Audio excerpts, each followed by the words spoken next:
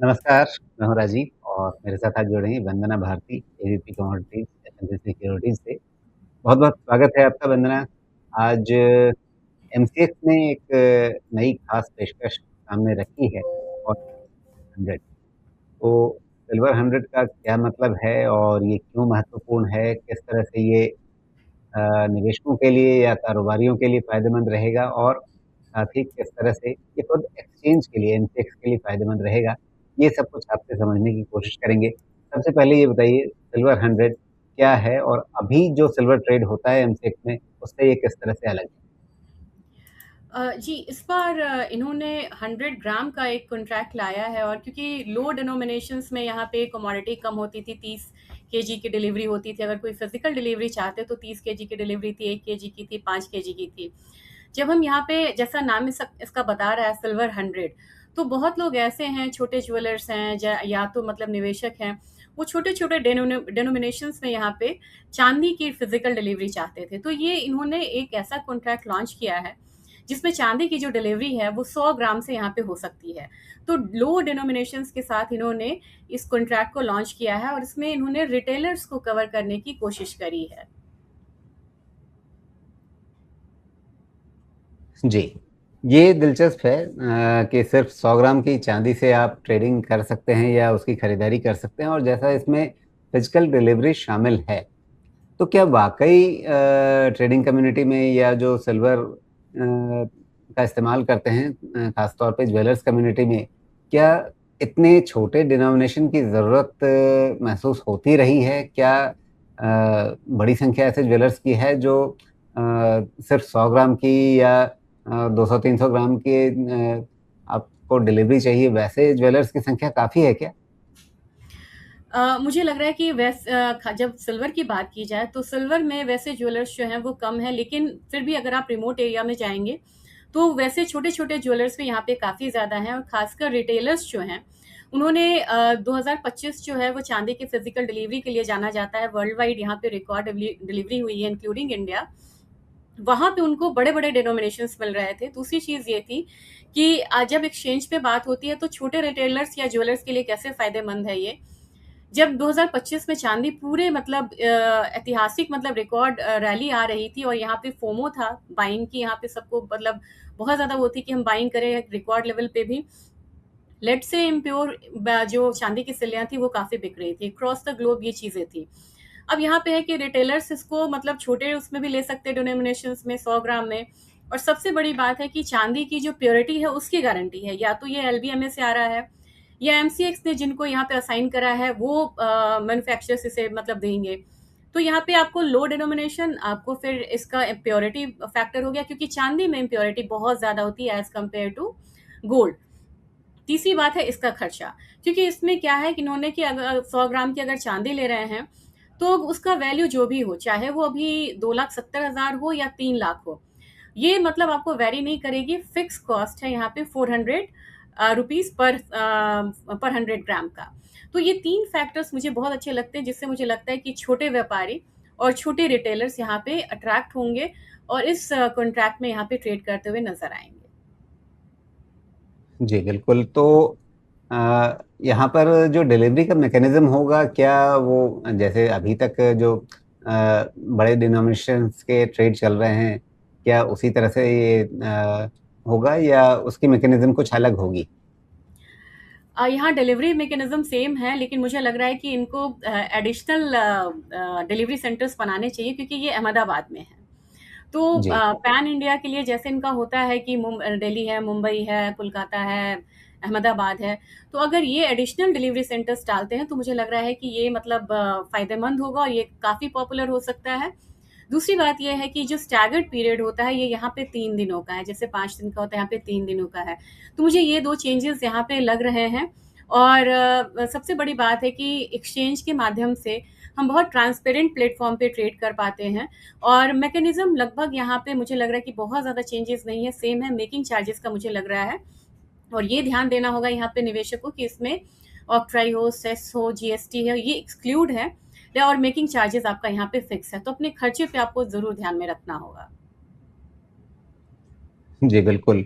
अब जो बात आपने कही कि डिलीवरी सेंटर्स पे शायद एमसीएक्स को ज़्यादा ध्यान देना पड़ेगा, कहाँ कितना फैलाया जाए। क्योंकि फिर अगर टारगेट ऑडियंस ये है कि छोटे शहरों के छोटे ज्वेलर्स, छोटे रिटेलर्स वो इसमें भागीदारी कर सकें और वहाँ पर वो सिर्फ कैश सेटलमेंट ना करें बल्कि फिजिकल डिलीवरी भी लें, जी। तो ज़ाहिर-सी बात है कि फिर उनको उनके शहर में या बहुत आस-पास मिलना चाहिए ये। मुझे लग रहा है कि आने वाले समय में वो इस पे भी ध्यान देंगे कि एडिशनल जो डिलीवरी सेंटर्स हैं, वो यहाँ पे जैसे और कॉन्ट्रैक्ट्स में भी होते हैं, वो बढ़ाते हुए नज़र आ सकते हैं। और डिपेंड करेगा कि ये कॉन्ट्रैक्ट जो है कितना पॉपुलर होता है। जैसे गोल्ड 10 में काफ़ी ज़्यादा डिलीवरी यहाँ पे हुई थी और जब एमसीएक्स जो है आपको बाहर के बाज़ार से सस्ता होता है, तब ये जो पैटर्न होता है फिज़िकल डिलीवरी का वो बढ़ता हुआ नज़र आता है, जो कि हम लोगों ने बहुत ज़्यादा यहाँ पे आता हुआ देखा था 2025 में जब अपना एमसीएक्स डिस्काउंट पे था और फिजिकल मार्केट में चांदी और सोने दोनों में तेजी थी। तो मुझे लग रहा है कि वैसे केस में एक ये फायदेमंद ट्रेड रहेगा। जी। अभी ये डिलीवरी कहाँ-कहाँ से हो रही है? सिर्फ़ अहमदाबाद से हो रही है या कुछ और भी शहर हैं? जहाँ तक अभी मैंने पढ़ा कि अहमदाबाद शायद कुछ और भी अहमदाबाद शहर हैं। अभी अहमदाबाद अभी है। केवल अहमदाबाद में। अहमदाबाद। ओके। हाँ, तो फिर तो अगर आप ये सोच रहे हैं कि दिल्ली का भी एक छोटा ज्वेलर जो है वो इसमें भागीदारी करे तो वो 100-200 ग्राम, 300 ग्राम की डिलीवरी लेने के लिए अहमदाबाद तो नहीं जाएगा। जी। बिल्कुल। अच्छा अब थोड़ा-सा चाँदी का आगे का रुझान कैसा है वो भी समझाइए? एमसीएक्स ने जो सिल्वर 100 शुरू किया क्या आपको लगता है कि चाँदी में अभी और तेज़ी आने वाली है? बीच में तो हमने बहुत धुआँधार तेज़ी देखी थी लेकिन उसके बाद फिर मामला जो है ये हमारे सामने अभी वीकली चार्ट है इसको अगर हम डेली में देखें तो काफ़ी एक रेंज बाउंड इस समय चाँदी चल रही है एमसीएक्स में भी। बावजूद इसके कि इसमें थोड़ा-सा रुपए के उतार-चढ़ाव का भी असर है। आगे का रुझान क्या देख रही हैं आप? एक तो एक चीज़ है कि अभी अपना मार्केट जो है कॉम्प्लिकेटेड है क्योंकि अपने मार्केट में 3 चीज़ों का असर है। पहला तो अपना कस्टम ड्यूटी बढ़ा 6% से यहाँ पे 15% हम लोगों ने होता हुआ देखा। दूसरी चीज़ है कि इम्पोर्ट रिस्ट्रिक्शंस है। तीसरी चीज़ हमारा रुपया जो कि पहले तो डेप्रिशिएट हुआ 97 रुपीज़ पर डॉलर के हिसाब से आया, अब वो 95 से नीचे आ गया। तो हमें बाहर का वॉलेटिलिटी तो झेलना है, साथ में हमें 3 चीज़ों को यहाँ पे देखते हुए ट्रेड करनी है। तो ट्रेड मुश्किल होता है ऐसे में और हमारी जो मार्केट है वो रेंज में है। जो बाहर के मार्केट में रिएक्शन आएगा वो मार्केट में हमारे मार्केट में फ़िलहाल नहीं आएगा क्योंकि रुपी एप्रिशिएट हो रहा है। पहली चीज़ तो ये है। दूसरी चीज़ ये है कि आज मैं देख रही थी क्योंकि आज 1st ऑफ जून है, न्यू कॉन्ट्रैक्ट लॉन्च हुआ और नया महीना है और किस तरीके से पीस डील के बाद मतलब जो हिकअप्स आ रहे हैं इसके बाद ऑप्शन मार्केट कैसे यहाँ पे रिएक्ट करता हुआ नज़र आ रहा है। तो मैंने यही देखा कि ऑप्शन मार्केट में जो पुट प्रीमियम है वो बढ़ रहा है, लेकिन अगर आप देखेंगे तो ओपन इंटरेस्ट में जो कॉल साइड का रेशियो है वो बढ़ता हुआ नज़र आ रहा है। यानी कि थोड़ा-सा मुझे लग रहा है कि अगर साधारण मतलब कि शब्दों में से हम समझें, मुझे लग रहा है कि 70-72 डॉलर के करीब इंटरनेशनल मार्केट में चाँदी एक मतलब कि सपोर्ट ले सकती है और ओवरऑल देखा जाए तो 88-89 डॉलर का इसका एक रेजिस्टेंस है क्योंकि वहाँ पे आपको 90 डॉलर के करीब काफ़ी ज़्यादा पोजीशंस जो है ओपन इंटरेस्ट और वॉल्यूम देखने को मिल रहा है कॉमिक्स में। हमारी मार्केट 90% 95% ही मैं भी फ़िलहाल बोल रही हूँ क्योंकि रुपी फैक्टर है यहाँ पे, कस्टम ड्यूटी फैक्टर है। फॉलो करते हैं चांदी को इंटरनेशनल मार्केट में कॉमिक्स को। तो मुझे लग रहा है कि अभी अपना डाउनसाइड रिस्क तो है, इससे हम डिनाई नहीं कर सकते। लेकिन घरेलू बाजार की मैं बात करूँ तो 2,55,000 2,58,000 यहाँ एक सपोर्ट बनता हुआ नजर आएगा और आने वाले समय में हम यहाँ पे 2,75,000 से 2,85,000 का रेंज जो है वो आता हुआ देख सकते हैं। एक चीज और ऐड करना चाहूंगी, सीज़नैलिटी को देखना होगा क्योंकि जनरली क्या होता है कि मई, जून, जुलाई जो होता है, हमारे भारतीय बाज़ार में एक डल सीज़न माना जाता है फिज़िकल को खरीदने के हिसाब से। साथ में एल नीनो है, मानसून कम है। मानसून कम होने से जो हमारे रूरल इंडिया में चाँदी की जो खरीदारी होती है, वो थोड़ी-सी कम होती हुई नज़र आती है। एक जनरल पैटर्न है। तो मुझे लग रहा है कि ये जून-जुलाई वाला जो महीना है, ये थोड़ा रेंज में हो भी सकता है। बाद में मूवमेंट आएगी, लेकिन मुझे लग रहा है कि धीरे-धीरे हम यहाँ पे 89 डॉलर तक बढ़ते हुए जा सकते हैं। तो रिस्क रिवॉर्ड रेशियो फेवरेबल है। 70 डॉलर का 68 डॉलर का डिप अभी हो सकता है, लेकिन अपसाइड पोटेंशियल आपको यहाँ पे 90 डॉलर का और हमारे बाजार में भी 2,55,000 58,000 तक ये एक अच्छा बेस बनाती नजर आएगी, जबकि जो अपसाइड मूवमेंट है वो 2,85,000 से लेके 3 लाख तक का चांदी में बनता हुआ नजर आ रहा है। तो निवेश के लिए चाहे ईटीएफ हो, फिजिकल हो या डेरिवेटिव हो, टाइम बढ़िया है। डेरिवेटिव मार्केट में परेशानी हो सकती है ट्रेडर्स को क्योंकि बहुत ज़्यादा मूवमेंट मिल नहीं रही है। जी। बिल्कुल, तो ये तो रही बात चाँदी की, साथ में अगर ये आप बताएँ कि जो टोटल ट्रेडिंग वॉल्यूम है वो कितना बढ़ सकता है इस नए छोटे डिनोमिनेशन वाले सिल्वर 100 के आने से? और क्या उससे एमसीएक्स को लेकर, क्योंकि वो एक लिस्टेड शेयर भी है, तो क्या कहीं उसको लेकर के निवेशकों का रुझान थोड़ा-सा बदलेगा इस पॉजिटिव डेवलपमेंट से? आज क्या स्थिति है इसमें? देखना पड़ेगा कि आज एमसीएक्स पर कितना असर है इसका? उसके चार्ट्स ने तो पूरी कहानी ही कह दी है कि टर्नओवर में क्या इंक्रीज़ है।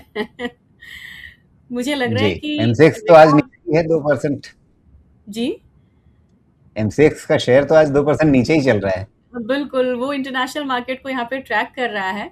लेकिन मुझे लग रहा है कि एमसीएक्स के शेयर जो है वो कमोडिटी बाज़ार की पूरी कहानी कह रही है। और ये डाउनसाइड जो है मुझे लग रहा है कि अगर किसी का मतलब कभी ये 3000 मिल जाए या 3100 मिल जाए, तो मुझे लग रहा है अब तो उससे नीचे का वो है, यहाँ पे लेना बनता है इस शेयर को।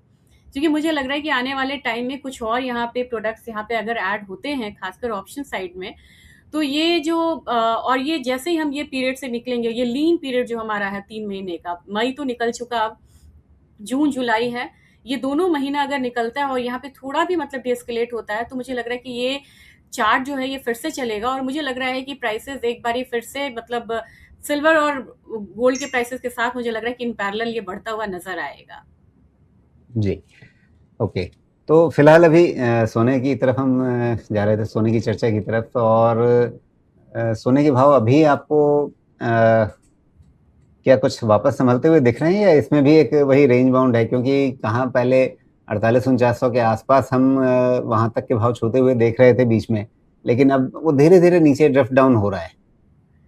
मुझे सोने में तसल्ली रहती है, मुझे लगता है कि लंबा इंतज़ार कराएगा लेकिन जब चलेगा तो उसकी रैली बड़ी सॉलिड होती है। हम लोगों ने अगर यूक्रेन वॉर को देखा जाए तो उसने 8 महीने का समय लिया था। अगर हम 22 से चार्ट देखेंगे तो इसने 8 महीने का समय लिया और 8 महीने के समय के पे इनिशियली तो एक अपसाइड आया, फिर एक पैनिक में करेक्शन दिया। तो हमने इनिशियली इस वॉर में एक अपसाइड आता हुआ देखा, वो हम पैनिक फेज़ को भी हम फेस कर रहे हैं। अब हम थर्ड फेज़ फेस कर रहे हैं, वो है कंसोलिडेशन का।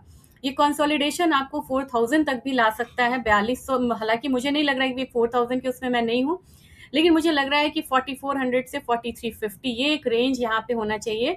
आप देखिएगा 4400 से इसकी वापसी होती है। तो ये कंसोलिडेशन अभी नहीं खत्म होगा, मुझे ये लग रहा है, मुझे लग रहा है जून-जुलाई चलेगा यहाँ पे। लेकिन अगस्त से सितंबर 1975 से मैंने ये देखा है 5 या 6 बार ही सोना वहाँ पे नीचे जाता है, उस महीने में बढ़ता ही बढ़ता है। तो मुझे लग रहा है कि जब वहाँ से सेक्युलर बुल रन आएगा सोने का, तो फिर ये 5000 पे जाके रुकेगा थोड़ा, क्योंकि वो बहुत बड़ा साइकोलॉजिकल लेवल है और मुझे लग रहा है कि ईयर एंड आते-आते हो सकता है कि हम यहाँ पे 5000 से लेके 5200 वाले लेवल्स में मिलें। तो वो जो एक कंसोलिडेशन के बाद मुझे लगता है कि जितना लंबा कंसोलिडेशन होता है, उतना स्ट्रॉन्ग ब्रेकआउट होता है और उसने तो कई बार दिखाया है। चाँदी में भी हम लोगों ने ये देखा है। तो वो मूवमेंट अभी कंटिन्यू रहेगी रेंज वाली, लेकिन फोर्थ क्वार्टर मुझे लग रहा है कि काफ़ी एक्शन पैक्ड होगा। जी, तो अभी जब ये एक रेंज के अंदर दिख रहा है, तो इस रेंज को खेलने के लिए ट्रेडर्स के सामने कोई रणनीति बेहतर दिख रही है क्या? उनके पास बड़ी चुनौती है क्योंकि ट्रेडर्स के लिए मार्केट अभी बिल्कुल जो भारतीय बाजार है ना वो और ट्रैप कर देता है क्योंकि इंटरनेशनल मार्केट को फॉलो नहीं कर रहा।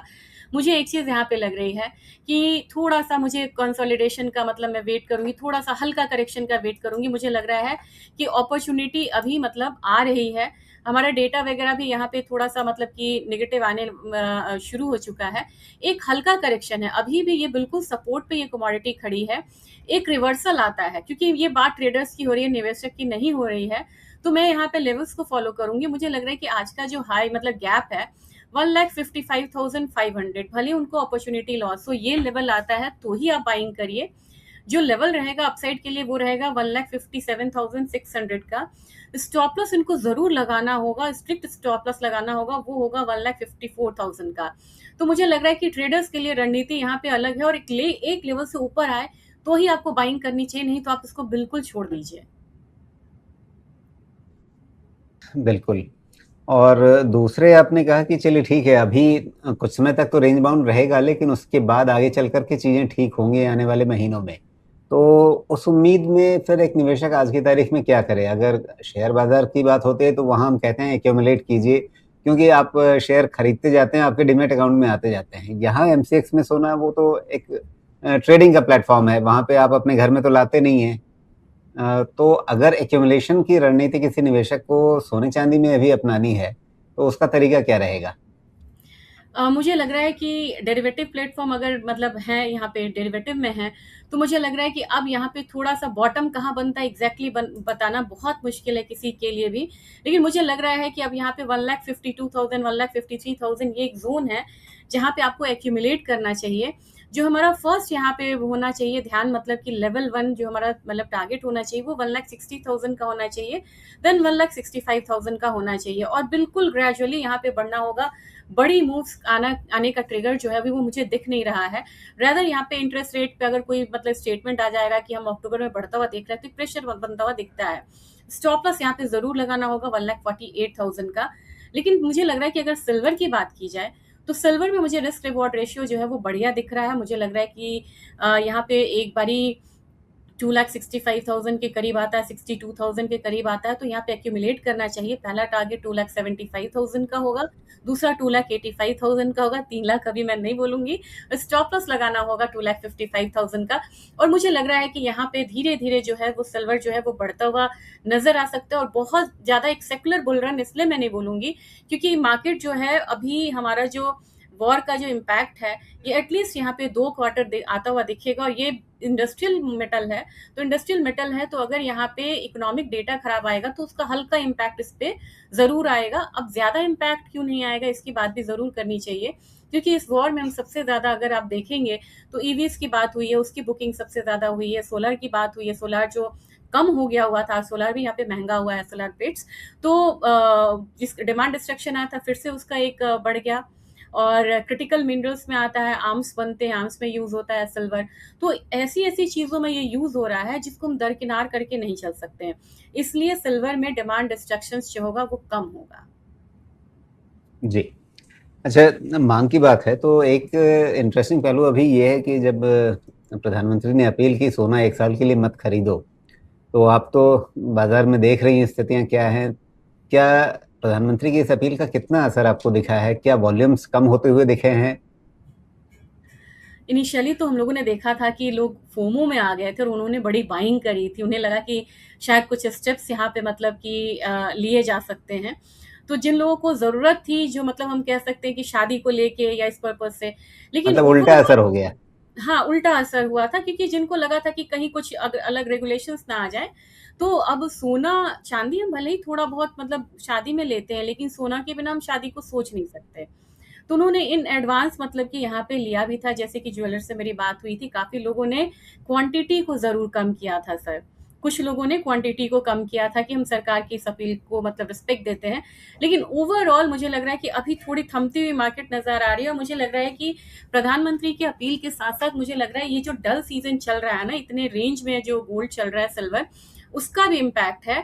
और एक डेटा मैं आपको बताऊँ कि क्योंकि नॉर्थ अमेरिका में जो सबसे बड़ा ईटीएफ होल्डर है, वो इतनी लोअर लेवल पे अब वहाँ पे एग्रेसिवली वो एक्यूमुलेट कर रहे हैं।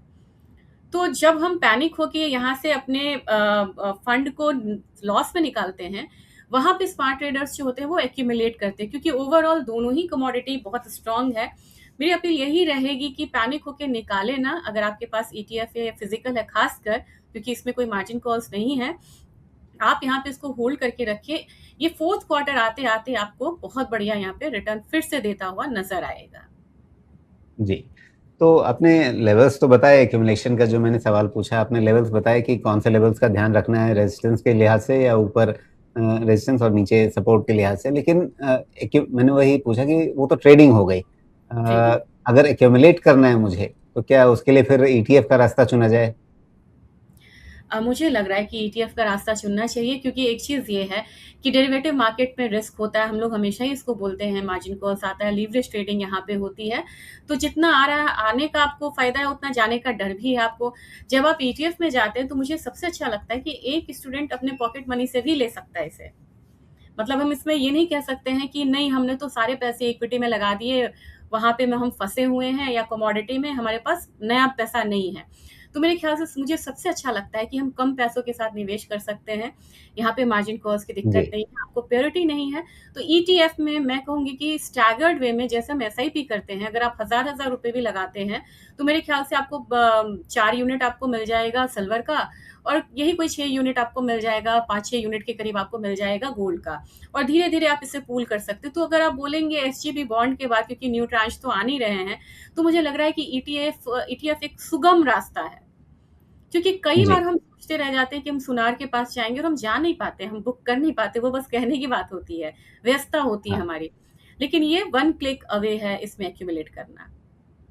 हाँ, बिल्कुल, लेकिन जिनके मन में भी ये भावना हो कि हाँ, अभी प्रधानमंत्री की अपील है साल भर नहीं खरीदना है, तो ये ना सोचें कि हाँ, आप ज्वेलर के पास जाकर के सोना नहीं खरीदेंगे, वही काफ़ी है। जब आप ईटीएफ की यूनिट्स भी खरीदेंगे तो फिर ज़्यादा ईटीएफ को वापस वो सोना खरीदना पड़ता है फिजिकल, तो फिर बात वहीं आती है कि हमें सोना फिर बाहर से मँगाना पड़ेगा। ये बात बात मतलब मन में रहनी चाहिए।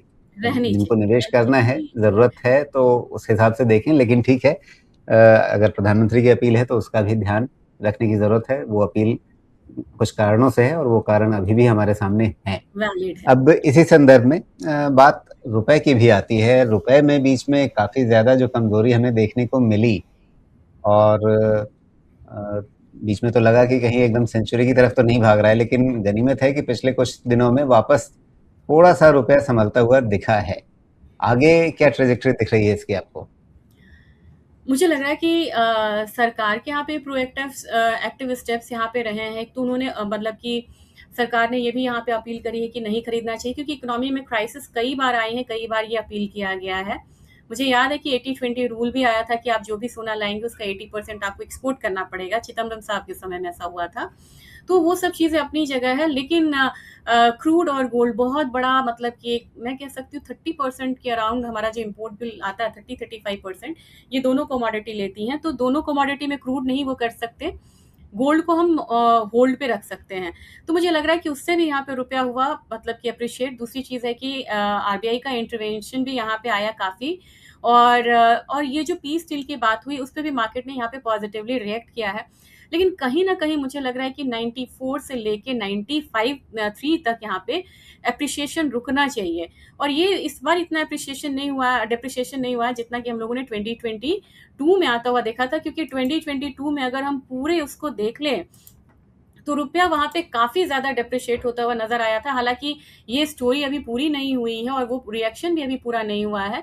लेकिन उस समय रुपया जो है मेरे ख़्याल से 15-20% के बीच में डेप्रिशिएट होता हुआ नज़र आया था। तो उस चीज़ को देखते हुए सरकार यहाँ पे प्रोएक्टिव है कि फिर से उस तरीके का सिचुएशन ना आए, और उसको देखते हुए मुझे लग रहा है कि रुपया जो है काफ़ी बढ़िया यहाँ पे एप्रिशिएट हुआ है। क्योंकि उस समय 74 से मैंने देखा कि रुपया जो है वो 82 के करीब जाता हुआ दिखा था। ये काफ़ी बड़ा नंबर था, 74 भी नहीं, 72 के करीब से। और यहाँ पे 84 तक जाता हुआ दिखा था। तो मेरे ख्याल से बढ़िया एप्रिसिएशन है, 94-93 पे आके रुक सकता है। इसका एक कारण है, जो हम यहाँ पे डब्ल्यूटीआई को आता हुआ देखते हैं, या ब्रेंट को $91 या $85, भारत सरकार उससे ज़्यादा पे कर रही है, क्योंकि भारत सरकार को इस क्रूड के प्राइस के अलावा उनको फ्रेट चार्जेस देने पड़ रहे हैं, उनको इंश्योरेंस चार्जेस देने पड़ रहे हैं। तो इसका जो एफओबी प्राइस होता है, वो ज़्यादा होता है, और आपको अभी सबसे ज़्यादा जो ऐड ऑन कर रहा है क्रूड प्राइसेस में, वो इंश्योरेंस और वो फ्रेट चार्जेस हैं, जो कि मल्टीफोल्ड हो चुका है इस वॉर के कारण। और बहुत सारी इंश्योरेंस कंपनीज तो तैयार ही नहीं होती हैं कि हम इंश्योर करेंगे आपके टैंकर्स, ऑयल टैंकर्स को। तो वो चीज़ हमें ध्यान में रखना होगा कि जो दिखता है, यानी कि जो डेरिवेटिव मार्केट पे है, भारत सरकार उस कम प्राइस पे ऑयल को आयात नहीं कर रही है। तो इसकी वजह से रुपया का जो एप्रिसिएशन है, वो यहाँ पे लिमिटेड हो सकता है। जी। लेकिन क्या दूसरी तरफ जो खतरा था कि कहीं 100 की तरफ ना चला जाए और अरविंद पनगड़िया जैसे जाने-माने अर्थशास्त्री ने ये कहा कि भई आरबीआई को छोड़ देना चाहिए, अगर 100 के पार जाता है तो जाने दे क्योंकि 99, 100 और 101 ये तीनों ही नंबर्स हैं। किसी एक संख्या पे जाके रिजिड होने की ज़रूरत नहीं है, अड़ने की ज़रूरत नहीं है कि नहीं भई इससे ज़्यादा तो भाव नहीं जाने देंगे। क्या अभी जो दखल आरबीआई की आपको दिख रही है, उसका नतीजा है कि हाँ, हम ये 97-98 के आसपास से घट कर के ये 94-95 के बीच भाव आया है? या ये शुद्ध रूप से मार्केट फोर्सेज़ का असर है?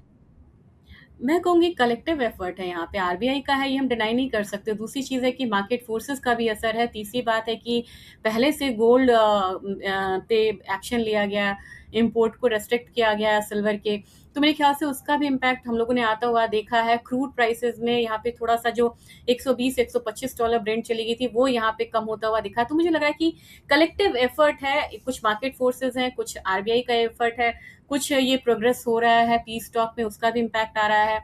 वेनेजुएला से हम लोगों ने क्रूड लेना शुरू करा और वो भी यहाँ पे सी शोर पे आने वाला, तो वो सब चीज़ें जो है वो मार्केट को एक पॉजिटिव मूवमेंट दे रही है और इकोनॉमी में दोबारा एक हम लोगों ने कॉन्फिडेंस मतलब जो है वो थोड़ा सा रिटर्न आता हुआ देखा है। और कहीं ना कहीं हमारे दिमाग में ये जरूर चल रहा है कि वर्स्ट इज ओवर। मतलब अब जी, दिन पहले बात हो रही थी कि मतलब $200 क्रूड चला जाएगा, $150 क्रूड चला जाएगा। अब बात हो रही है कि ये $100 से लेके $80 के बीच में, यहाँ पे फिलहाल $105 से $80 के बीच में रह सकता है। जी, बिल्कुल। तो अंत में फिर से क्रूड का जो आपने नज़रिया रखा, तो उसको देखते हुए अगर कोई ट्रेडर क्रूड में ट्रेडिंग कर रहा है, तो उसके लिए क्या रणनीति बेहतर रहेगी? मुझे लग रहा है कि क्रूड बहुत रिस्की है। क्रूड मतलब यहाँ पे अगर हम देखें तो एक तो मैं ओपन पोजीशन छोड़ने के लिए मना करती हूँ अभी क्रूड ऑयल में, कि आप ओपन पोजीशन, क्योंकि हायर साइड भी हम लोगों ने आता हुआ देखा और पी स्टील की वजह से हम लोगों ने यहाँ पे देखा है कि अगर रात में कोई न्यूज़ आ जाए तो उसका भी इम्पैक्ट आता है। अब जो ट्रेडर्स हैं उनके लिए मैं ये कहना चाहूँगी कि इस कमोडिटी ने 2026 के लिए नया हाई और नया लो बना लिया है। अब मुझे नहीं लग रहा कि ये 5,000 आएगा या ये $65 या $60 आएगा। मुझे लग रहा है बेस आपको बन रहा है $80 के करीब और $85 के करीब। उस हिसाब से मुझे लग रहा है कि अभी फिलहाल एक रिटर्न आना चाहिए अपसाइड में। इस वीक की मैं बात कर रही हूँ। एक बारी आपको 88.55 से लेके आपको 9,000 तक का जो लेवल्स है वो देखने को मिल सकता है, क्योंकि फिर से फायरिंग वगैरह शुरू हुई है और इन सब चीज़ों पे ये मार्केट जो है वो रिएक्ट कर नजर आती है। लोअर साइड कोई भी पॉजिटिव स्टेटमेंट आता है तो मैक्सिमम मुझे अभी फिलहाल फिलहाल में लग रहा है कि 80-100 का लेवल आता हुआ दिखाई दे सकता है। तो यहाँ पे गोल्ड सिल्वर के बाद क्रूड भी एक नैरो रेंज में ट्रैप है। और ब्रदर मुझे लग रहा है कि एक कमोडिटी यहाँ पे नेचुरल गैस है, वो एक अच्छी कमोडिटी है जो कि मतलब छोटे छोटे स्टेप्स के बेबी स्टेप्स के साथ ये बढ़ रही है। अब यहाँ पे मुझे लग रहा है कि उसमें मूवमेंट आनी चाहिए, क्योंकि कूलिंग डिमांड जो है वो बढ़ने वाली है। तो वहां पे मुझे लग रहा है कि एक बारी हम 330 से 350 तक का रेंज आता हुआ देख सकते हैं। तो एनर्जी काउंटर में हमारे पास और भी कमोडिटीज हैं जिसमें कि यहाँ पे ट्रेडर्स हो या निवेशक हो वो सुरक्षित और कंपैरेटिवली बेटर मतलब कि निवेश करके चल सकते हैं। जी। और एक सवाल हमारे एक दर्शक की तरफ से आया है, ऋषिका जैन। इनका सवाल है कि फिजिकल में गोल्ड सिल्वर बाय कर सकते हैं या वेट करें, करेक्शन आएगा? क्या 145 गोल्ड में या सिल्वर 220 तक इस तरह के करेक्शन की वेट कर रहे हैं? रशिका जी से कहना चाहूंगी कि सर ने बिल्कुल मोदी जी का फोटो लगाया हुआ बगल में। अब मैं फिजिकल बाइंग बोलूंगी तो बिल्कुल कॉन्ट्रा हो जाएगा। लेकिन ये मतलब एक अपॉर्चुनिटी है, क्योंकि अगर मीन्स कि आपको शादी है घर में या कोई पर्पस है, तो एक अपॉर्चुनिटी निकल के आ रही है। क्यों? क्योंकि यहाँ पे अगर देखा जाए तो इन्वेंट्री डी स्टॉकिंग बोलते हैं। तो अभी कस्टम ड्यूटी का जो इम्पैक्ट है ज्वेलर्स ने, क्योंकि ये मार्केट अभी थोड़ी स्लगिश चल रही है, उन्होंने पूरा पास ऑन नहीं किया है कस्टमर पे। तो इसकी वजह से क्या हुआ, रुपया भी अपना थोड़ा सा अप्रिशिएट हुआ है। अपना जो ज्वेलर्स जो दे रहे हैं ना आपको, जो अभी सोने का भाव, वो एमसीएक्स से कम दे रहा है, यानी कि उसको हम डिस्काउंट बोलते हैं, वो डिस्काउंट पे ट्रेड हो रहा है।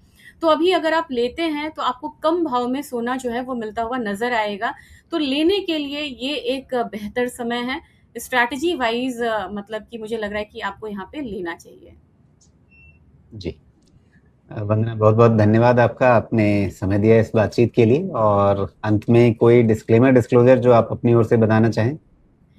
जी बिल्कुल। मेरी अपनी कोई पर्सनल ट्रेडिंग नहीं होती है कमोडिटी में, लेकिन मेरी सलाह पे कंपनी में क्लाइंट्स की पोजीशन हो सकती है, स्ट्रैटेजीज हो सकती हैं।